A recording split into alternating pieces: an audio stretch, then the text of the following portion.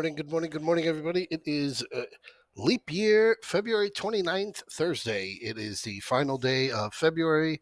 A lot of guys are out there sharing on FinTwit how February 29th has never in the history been a good, positive green trading day. Data for once every 4 years, which every 4 years, especially during election years, you get a major turn down in the very initial portions of the first quarter, and we have not had one yet. Thus, data is data, and real-time data is a lot better, which is why we've been killing it in the spread room. Unfortunately, can't make the market move. Today we get PCE, the number one for Jerome Powell, the PCE price index. The core PCE is the fixed number where they take out everything that's relevant to real life and keep only a couple of components and come up with their calculation. So US core PCE price index will be coming out at 8:30 along with consumer spending, personal income, the Chicago PMI at 9:45, and that's it. That's it for the day. The 4-week bill auction at 11:30 is not as significant as the larger ones like the 7-year we had during the course of the week. So that is it for today. Oddly enough, I do not see there it is. 8:30 in the morning, we get jobless claims. So jobless claims together with PCE, together with consumer spending, will all be coupled together. So bring it over quickly. And once again, you can blame me because it is obviously my fault that you have now had 3 consecutive less than 3-point ranges on the QQ. Never, ever, ever, ever less than 3 points. We had one on February 8th. We had one. Okay, we had a couple here at the end of December, all right, where it was even less than 2 points. But we don't get less than 3 points. It just doesn't come around.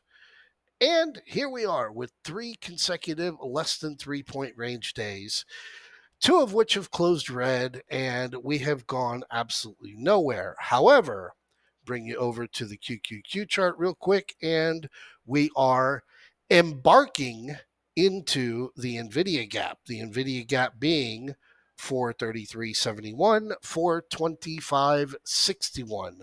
We are embarking into it as of now pre-market. Come over onto the SPX, and again, over here with what we're looking at now with 3 days being completed, the full moon is in. It is 49.46 on the bottom or 51.11.06 on the top. When one of those break, that's when we know that the full moon placement has been placed, and we can make our calculation for the distance coming off of that. Until one of these two break, there's nothing we can do about it. That's the way that it works. On the spreads, 67%. Sorry, couldn't get you 100% over there on Monday. Had 11% on the calls, which you have right now on the 5105, 5100s, and you had yesterday on the 5105, 5100s, getting better than 50 cents. We also got that 43% over on the puts on Tuesday. And yesterday, congratulations, you all. You just traded in a less than 20-point range SPX day. And that's why the spreads work and your single leg calls and puts.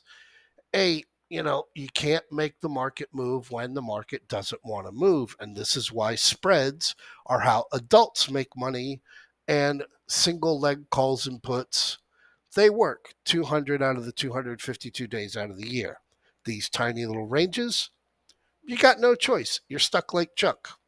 So leaving you off with that and coming off of the QQQ, which is embarking into that unfilled gap from the NVIDIA move.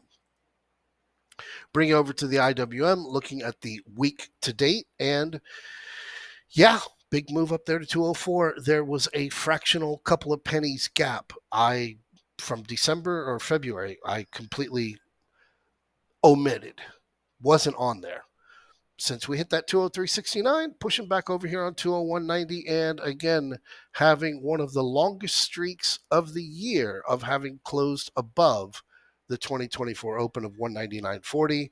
I think this is the longest consecutive streak of closes above 200 in well over 2 years. So, IWM.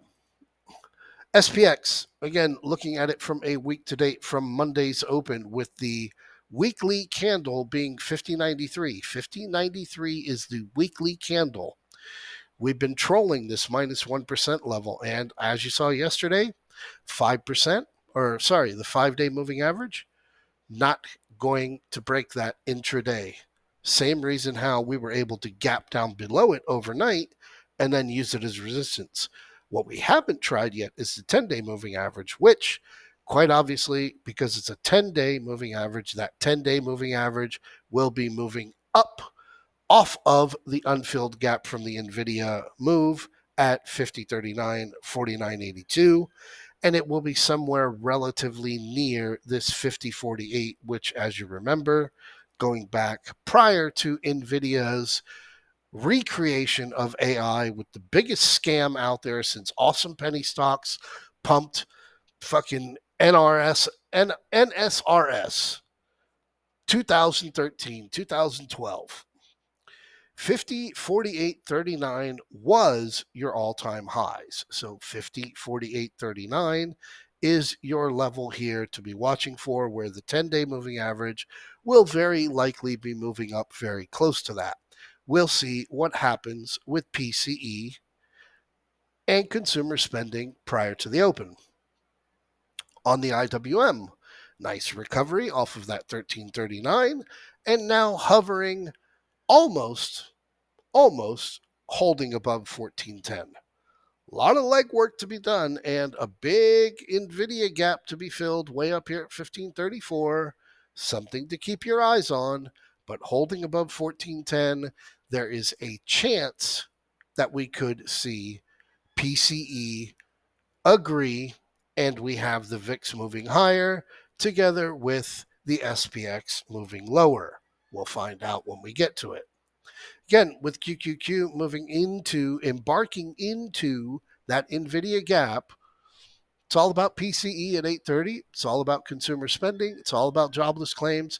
It's all about 8:30. So buckle up, Buttercup. 8:30 is when you're going to get your answers, and 8:30 is when you will know which direction you are going to be biased looking towards.